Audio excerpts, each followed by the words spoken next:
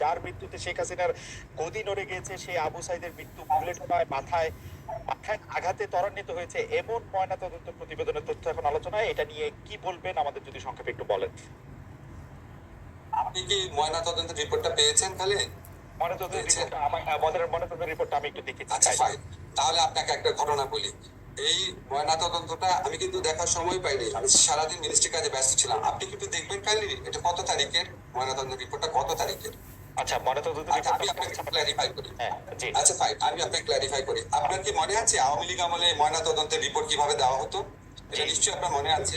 Right. জাজ্জুলুম আর হত্যার ঘটনাও আওয়ামী লীগ আমলে ময়নাতদন্তে বহু ঘটনা পত্র পত্রিকা পড়েছে, আমরা ঘুরিয়ে দিত। এখন আপনি যদি এই আমলেও আচ্ছা আচ্ছা ময়নাতদন্তের আচ্ছা ঘটনা আচ্ছা, ঘটে, হ্যাঁ, রাইট। ময়নাতদন্তের রিপোর্টটা 24শে আপনার জুলাই, মনে আছে? 24শে জুলাই দেওয়া, জি 24শে জুলাই দেওয়া। জি, অর্থাৎ আওয়ামী লীগ আমলেই দেওয়া। 24শে জুলাই দেওয়া আওয়ামী লীগ রাইট। আমলের ময়নাতদন্ত রিপোর্ট।